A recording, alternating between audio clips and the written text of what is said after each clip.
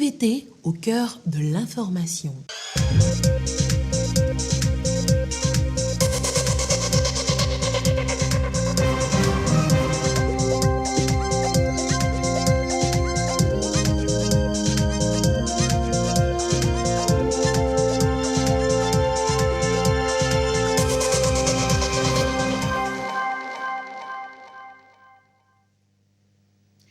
Mesdames, Messieurs, bonsoir. La célébration de la Journée internationale de la jeunesse, c'est chaque 12 août. En prélude à cette célébration, des jeunes diplômés artisans ont été formés à Lomé. Une formation voulue par le ministère du Développement à la base et axée sur la gestion de leurs différents ateliers. Le Togo a élaboré une stratégie nationale pour dynamiser son tourisme. Le contenu de ce document est partagé au cours d'une rencontre à Lomé pour son appropriation. Les grands axes et les orientations de cette stratégie à suivre dans ce journal. Et puis cet atelier de consultation de 2 jours, rencontre ouverte ce jour. Au cours des travaux, un plaidoyer en faveur de l'utilisation des énergies renouvelables sera rédigé et présenté aux décideurs. C'était les titres de cette édition. Bienvenue, voici le 20h. 2 jeunes artisans togolais sont formés depuis hier à Lomé, une formation sur la gestion de leurs ateliers. C'est le ministère du Développement à la base, de la jeunesse et de l'emploi des jeunes qui offre cette formation aux jeunes chaque année. Et c'est dans le cadre de la célébration de la Journée internationale de la jeunesse commémorée chaque 12 août. Clarissa Ticlet. C'est une étape importante avant leur insertion dans la vie active. Ces artisans sont formés sur la gestion de leurs ateliers par la direction de la jeunesse et de l'emploi des jeunes. Une 60aine au total, ils viennent de la région maritime et des plateaux et sont pour la plupart des couturiers et couturières. Par rapport à cette formation que j'ai suivie, je crois que je pourrais mettre en place une entreprise où elle sera une entreprise fiable et stable parce qu'elle aura des stades et elle aura été bien organisée. Je remercie le ministère du Développement à la base de nous avoir considérés, de nous avoir accompagnés jusqu'ici.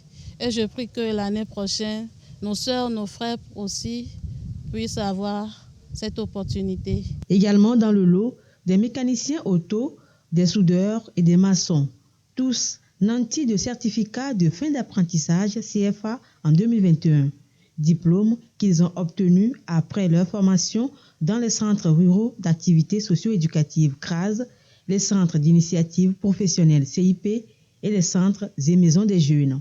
Pour leur permettre de mieux gérer leur acte générateur de revenus ou leur atelier, nous avons jugé bon de pouvoir leur donner les notions sur la gestion administrative et organisationnelle, donc comment gérer le personnel de son atelier, le processus de production, donc comment faire pour ne pas être en rupture du matériel pour pouvoir produire et satisfaire ses clients, et comment faire le marketing. Et ensuite, comment pouvoir gérer sa petite comptabilité. Un entrepreneur ne doit pas avoir peur du crédit. Donc pour cela, il faut qu'on leur présente comment faire la demande de crédit, comment assurer, gérer bien son crédit et comment pouvoir rembourser le crédit. Le ministère en charge de la jeunesse et de l'emploi des jeunes veut ainsi les aider à se créer de l'emploi et à s'installer à leur propre compte. Ainsi donc, à la Journée internationale de la jeunesse, le 12 août, tous recevront des kits ou des outils de travail à cet effet. Et aux côtés du gouvernement togolais dans la promotion de l'entrepreneuriat des jeunes, des initiatives à l'instar de la foire à Diafi des jeunes entrepreneurs. C'est la 10e édition cette année, une édition lancée ce jour. L'événement se tiendra du 25 août au 11 septembre prochain. Christine Peteki Aloudé. L'entrepreneuriat, une meilleure réponse au chômage. Ces jeunes participants au 10e forum de la foire à Diafi, ils sont de plein pied. 2 jours d'échange avec un accent sur les stratégies pour plus de compétitivité dans un monde de plus en plus concurrentiel. La jeune entreprise togolaise va compétir avec d'autres entreprises. Nous avons parlé de renforcement de capacités de ces jeunes-là pour les outiller à comprendre avec qui ils vont compétir, à comprendre et à s'approprier des cadres normatifs. Aujourd'hui, les barrières ne sont plus douanières. Les barrières sont plutôt normatives. Nous avons aussi insisté sur la capacité de la jeune entreprise à travailler permanemment sur l'innovation. L'innovation continue devra être la clé de la compétitivité pour tout jeune entrepreneur qui voudrait bien gagner des parts de marché. Ces jeunes repartent avec des idées constructives. Ma présence ici, ce que j'ai gagné, ce sont les points abordés par les différents directeurs qui étaient présents. La question de compétitivité des jeunes entrepreneurs, la question d'innovation. Parce qu'il ne suffit pas de créer, s'asseoir chez soi. Les capacités qu'il faut avoir, le courage, la résilience, l'humilité d'apprendre de l'autre. Ce forum lance ainsi la 10e édition de la foire Agafi. On est reparti avec des solutions, des apports de solutions, des idées, des contributions qui vont nous permettre de nous améliorer et d'être plus compétitifs, d'abord sur la foire Agafi et à travers nos activités dans nos entreprises. La foire va mettre en ligne 50 000 tickets gratuits pour que ceux qui ont raté les éditions 2020 et 2021 puissent facilement participer à nos activités et découvrir comment on l'a fait ici, ce que les jeunes ont fait en ces 2 années. Près de 200 000 visiteurs sont attendus du 25 août au 11 septembre 2022. Et pendant ce temps, des acteurs de l'enseignement technique et de la formation professionnelle se forment. Une formation sur l'archivage des données et sur les techniques de protection des données stockées. Sylvain Abdou. Des enseignants formateurs des centres de formation technique et professionnelle à la conquête des outils devant leur permettre de mieux organiser, structurer et bien stocker les données à l'aide d'un ordinateur. D'où cette formation pour les outils à l'élaboration d'une base de données. Le but, savoir archiver les informations, mais aussi parvenir à leur protection et sécurisation. Nous aurons à former les participants pour développer des capacités de recherche sur l'Internet, de comment stocker ces recherches-là, de comment protéger ces recherches et de constituer une base de données qui peut être consultable en dehors de l'Internet. À travers cette formation, ils vont découvrir les différentes techniques de recherche d'informations sur Internet, leur stockage et archivage, mais aussi les techniques de captage des données. À cela s'ajoutent les techniques de regroupement des informations par thématique, entre autres. Ça va se passer par une formation en 4 parties. La première partie, c'est ça qui est la recherche documentaire proprement dite sur le web. La deuxième partie va constituer à élaborer une base de données. On va utiliser plusieurs technologies qui sont à notre disposition, des logiciels de gestion documentaire et une base de données réelle pour pouvoir gérer des documents. Et ensuite, on va leur apprendre comment il faut protéger ces données. À terme, ces enseignants formateurs seront à même de mieux accompagner leurs différents établissements dans l'archivage de toutes données. La formation est initiée dans le contexte du programme d'appui à la formation professionnelle et à l'emploi des jeunes PA-FPE. L'école primaire publique d'Afugandi dans la préfecture de Jio sera bientôt réhabilitée. La République du Japon a signé ce mercredi un contrat avec l'association des parents d'élèves de cette école. Le Japon s'est engagé à doter cette école d'infrastructures adéquates. Clarissa Ticlet. De nouveaux bâtiments scolaires bientôt pour l'école primaire publique d'Afugandi. Par cette signature de contrat de don, la République du Japon s'engage à doter cette école située dans le canton de Gamé, préfecture de Jio, de 2 bâtiments scolaires, un bureau et des sanitaires. Nos toits de classe font fuir les enfants, vraiment. Il suffit qu'une petite pluie s'annonce, les enfants même nous quittent. Nous remercions vraiment les donateurs pour ce don. La réhabilitation de l'école primaire publique d'Afugandi s'inscrit dans le programme Appui aux projets locaux de la République du Japon au Togo.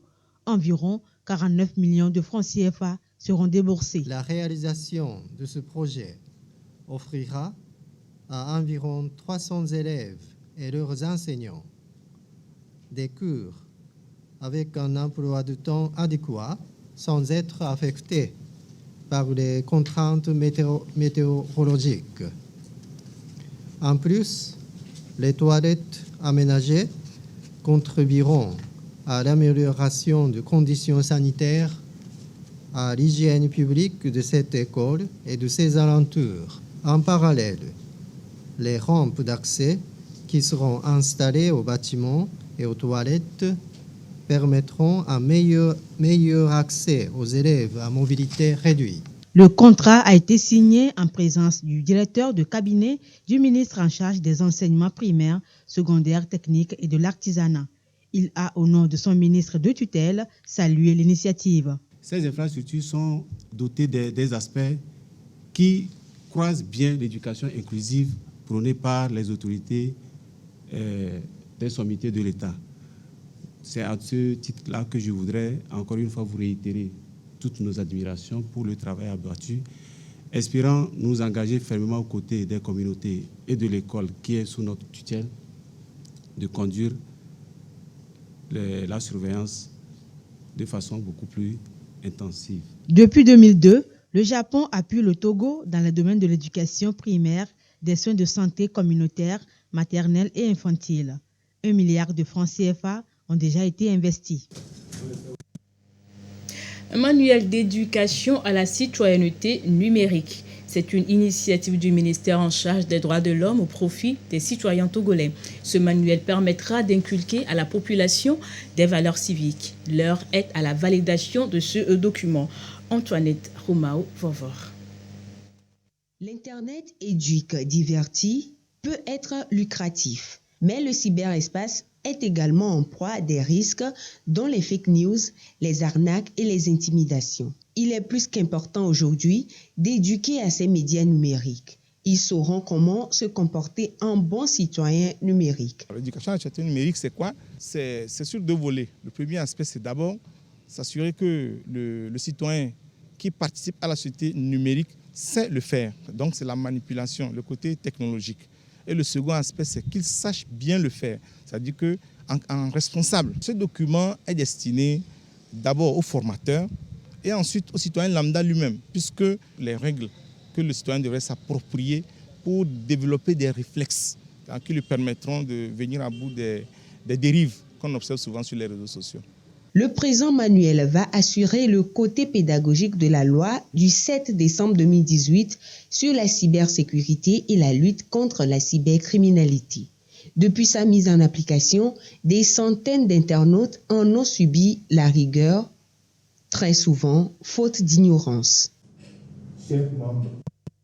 Dans l'actualité également, les cadres de l'administration togolaise en savent désormais un peu plus sur les programmes de formation du Centre africain de management et de perfectionnement des cadres.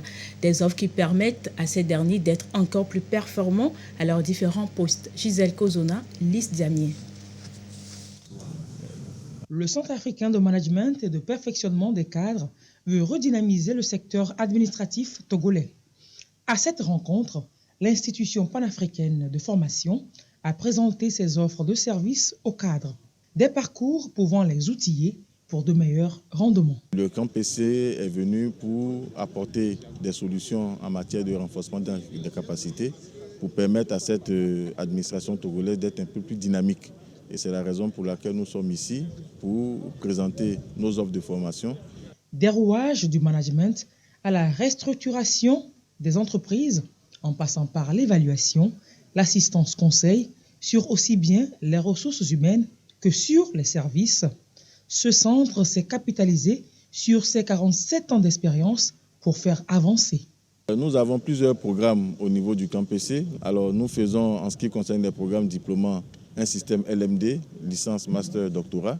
En ce qui concerne ces programmes-là, il faut justifier, n'est-ce pas, d'un niveau en fonction des diplômes et de 2 années au moins d'expérience professionnelle.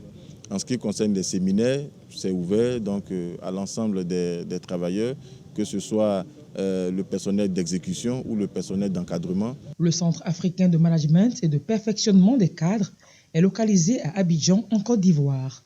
L'établissement d'enseignement supérieur à vocation professionnelle regroupe 6 pays, le Bénin, le Burkina Faso, la Côte d'Ivoire, le Gabon, le Niger et le Togo. Le Togo qui veut aussi dynamiser son tourisme.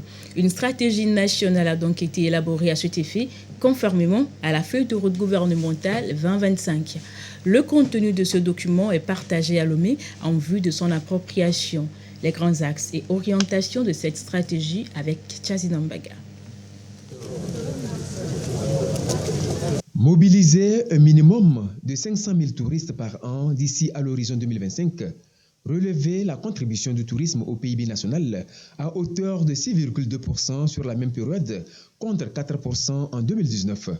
Le gouvernement ambitionne de créer une offre touristique de loisirs. Enjeu, générer des emplois et de la richesse en s'appuyant sur les forces de l'économie. Une stratégie nationale de redynamisation du tourisme est élaborée dans ce sens. Elle est divulguée au cours des présentes assises pour une appropriation à l'échelle nationale. Que tous les participants aient la bonne information, la vraie information, et qu'ils puissent s'approprier cette stratégie et puissent reconnaître leurs différents rôles, les différents rôles qu'ils auront à jouer pour la mise en œuvre de cette stratégie. Ils apporteront aussi leurs idées, leurs expertises et surtout leurs orientations diverses pour pouvoir affiner cette stratégie commune à notre pays. La stratégie est articulée autour de 3 axes. Le tourisme domestique, l'écotourisme et le tourisme d'affaires. Ceux-ci sont déclinés en projets concrets avec pour finalité de soutenir la croissance. Le travail qui a été accompli, c'est d'identifier les différents piliers qui permettent justement d'engendrer suffisamment de revenus permettant d'atteindre justement ces 6,2%, avec évidemment une croissance du PIB à l'horizon 2025. Cela demande en fait 209 milliards de revenus supplémentaires uniquement sur le PIB. Donc il faut soit une augmentation du nombre de tourisme de manière conséquente, quasiment doubler cela, soit on passe par une augmentation de la dépense par touriste. Donc on a fait un mix des deux et le résultat est qu'on a repoussé légèrement à 2027 pour être vraiment réaliste pour l'accomplissement en fait, de ces 2 objectifs. Le gouvernement mise beaucoup sur cette stratégie qualifiée de futuriste pour redynamiser le secteur du tourisme national. Cette stratégie pose les jalons de la voie que doit prendre la redynamisation du tourisme togolais et il revient donc à nous tous d'apporter notre pierre à la construction des projets devant l'alimenter. Je voudrais aussi témoigner ma sincère gratitude au président de la République, chef de l'État, Son Excellence, M. Forsos Danyasingbe, pour avoir bien voulu affirmer l'importance du secteur touristique dans sa vision stratégique, dont notre feuille de route et la présente étude sont l'émanation.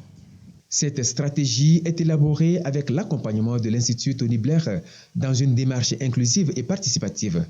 Elle est prévue pour une durée de 5 ans et vise à faire du secteur du tourisme un véritable levier de la relance post-Covid au Togo. À l'étranger, deuil national de 3 jours au Mali à compter de ce jeudi. C'est suite à la mort des 42 soldats à Tichy lors d'une attaque djihadiste et l'armée malienne a indiqué la mort de 37 terroristes.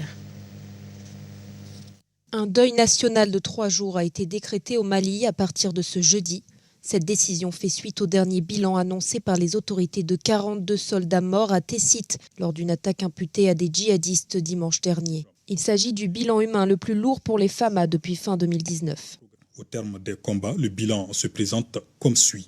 Côté ennemi, 37 terroristes neutralisés et des équipements ont été abandonnés par les assaillants dans les environs de Tessit ainsi que 2 véhicules contenant du matériel et leurs occupants détruits par des frappes aériennes dans une forêt à 5 km au sud de la localité.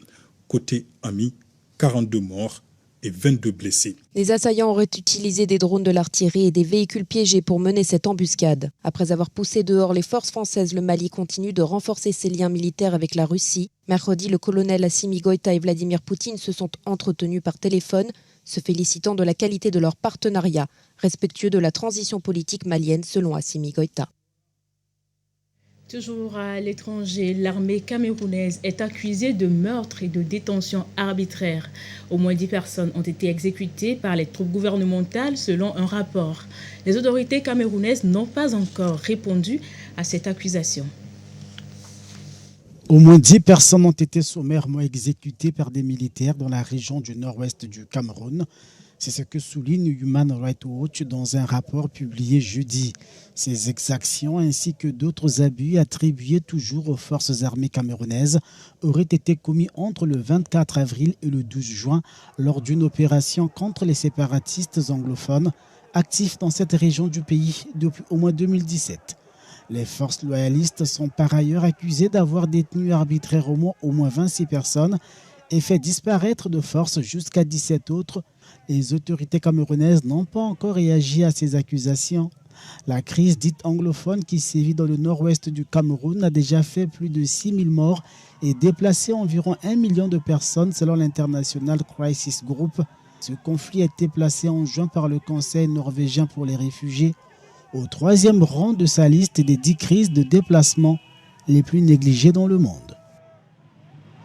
Ceci dit, retour chez nous, je vous fais à présent lecture de ces 2 communiqués. D'abord, celui de la HAC. La Haute Autorité de l'Audiovisuel et de la Communication, HAC, suite au rapport de son service de monitoring, a eu ce jeudi 11 août 2022 à son siège à Lomé une séance d'audition avec le directeur de publication du bimensuel Tampa Express, M. Francisco Napo Okura. Les échanges au cours de cette audition ont porté sur l'article paru dans l'édition numéro 22 du 29 juillet 2022 du journal intitulé « Sokodé, la ville martyre du Togo, en état de siège économique, OTR impôt ».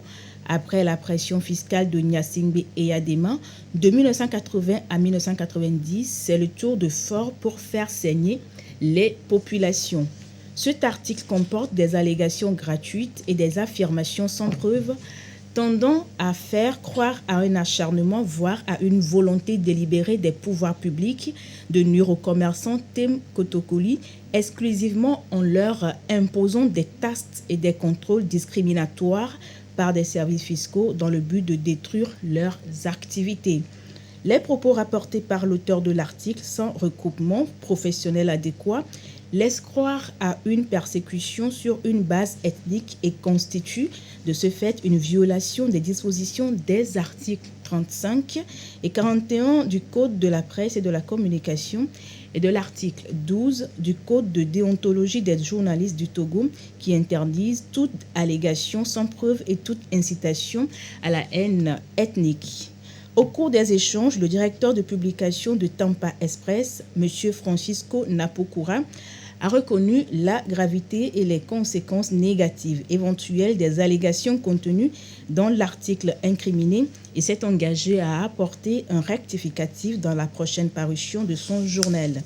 La HAC appelle une fois encore les professionnels des médias au respect scrupuleux des règles de déontologie et d'éthique, surtout en ces moments sensibles où notre pays fait face notamment à des attaques terroristes. Signé Pitalunani Telou, le président de la Haute Autorité de l'Audiovisuel et de la Communication.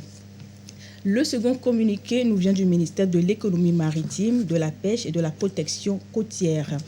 Le ministre rappelle aux usagers du lac de Nangbeto que conformément aux dispositions de l'arrêté numéro 006/15/MAEP du 28 janvier 2015, les activités de pêche sur le dit lac sont suspendues du 15 août au 15 novembre 2022, période correspondant au repos biologique des poissons. Le repos biologique instauré sur le lac Nangbeto dans le cadre des mesures de gestion durable vise à favoriser le repeuplement du lac en ressources halieutiques en vue d'assurer leur durabilité dans l'intérêt des générations présentes et futures. Et toute personne qui sera surprise en train de pêcher sur ce lac, de transporter ou de vendre les produits de pêche provenant de ce lac sera punie conformément à la loi en vigueur. Le ministre de l'économie maritime, de la pêche et de la protection côtière invite tous les acteurs professionnels de la pêche au respect scrupuleux de cette réglementation à laquelle il attache un grand prix. Signé Kokou Edem Tengue, ministre de l'économie maritime, de la pêche et de la protection côtière. Le gouvernement japonais a offert du riz au Togo. Un approvisionnement estimé à 1,750 milliards de francs CFA. L'accord a été signé ce jeudi suivi d'échanges de notes. Elia Gbanyadao. Les relations d'amitié entre le Togo et le Japon se renforcent davantage. En témoigne la présente signature d'accord d'aide alimentaire. C'est une enveloppe de 350 millions de yens japonais, soit environ 1,750 milliards de francs CFA non remboursables, qui est ici offert au Togo pour l'acquisition de riz blanc. Le Kennedy Round se positionne toujours ainsi aux côtés des couches vulnérables. La plus grande particularité de cette aide alimentaire du Japon consiste à vendre le riz fourni à bas prix en faveur des personnes les plus vulnérables et à utiliser par la suite la recette issue de la vente de riz pour financer de nouveaux projets de développement économique et social. Le riz est le deuxième aliment le plus consommé au Togo. Le besoin s'élève à 90 000 tonnes par an. Cette assistance du Japon contribue depuis 2008 à réduire le déficit. L'importance de l'aide alimentaire des projets KR dans la vie socio-économique de nos populations n'est plus à démontrer. C'est pourquoi le gouvernement togolais voudrait une fois encore réitérer sa requête pour non seulement la poursuite de cette aide alimentaire, mais aussi et surtout pour le renforcement de ce programme qui répond parfaitement à nos attentes, notamment la réduction structurelle du déficit en riz au Togo, le renforcement de la sécurité alimentaire et nutritionnelle des populations, et enfin l'amélioration des conditions de vie des populations les plus démunies. Au-delà de la mobilisation des vivres au profit des populations, la vente du riz KR a permis de constituer des fonds de contrepartie qui ont financé plusieurs projets. En attendant l'exécution de ce nouvel accord, il faut noter que pour le compte du Kennedy Round 2021, une cargaison de riz blanc d'environ 2700 tonnes est attendue en début d'année 2023. Le Togo participe au 5e jeu de la solidarité islamique qui se déroule en Turquie. La Togolaise Naomi Akosiwa Akakpo a remporté la médaille d'argent au 100 mètres haies. Je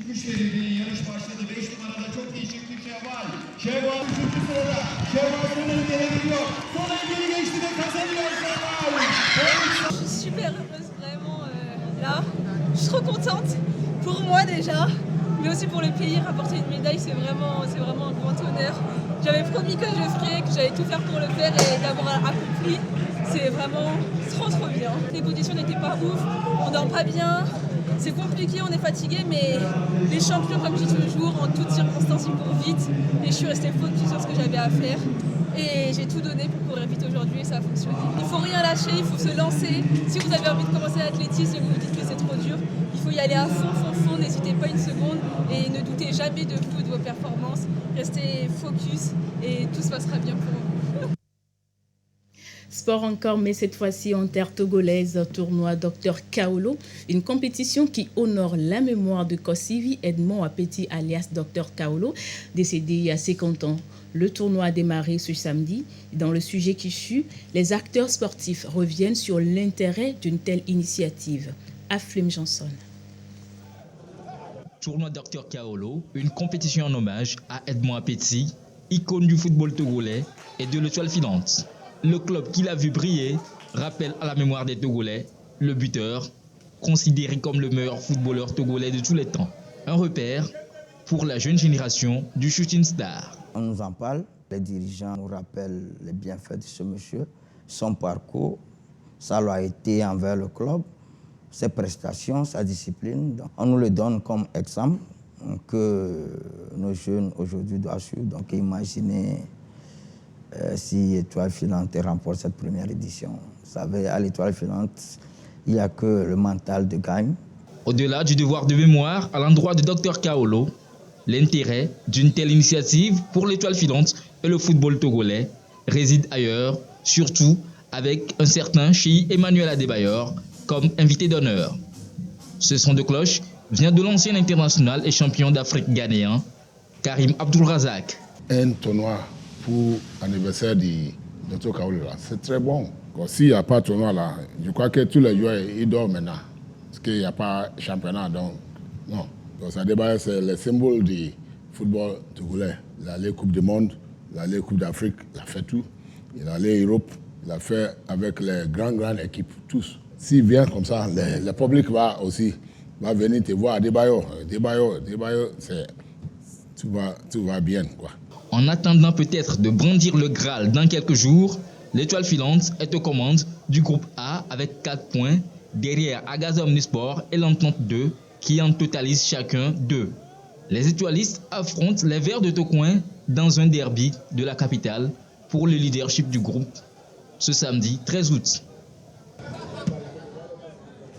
Et avant de nous quitter, le point sur la situation de la pandémie au Covid-19 au Togo ce jeudi.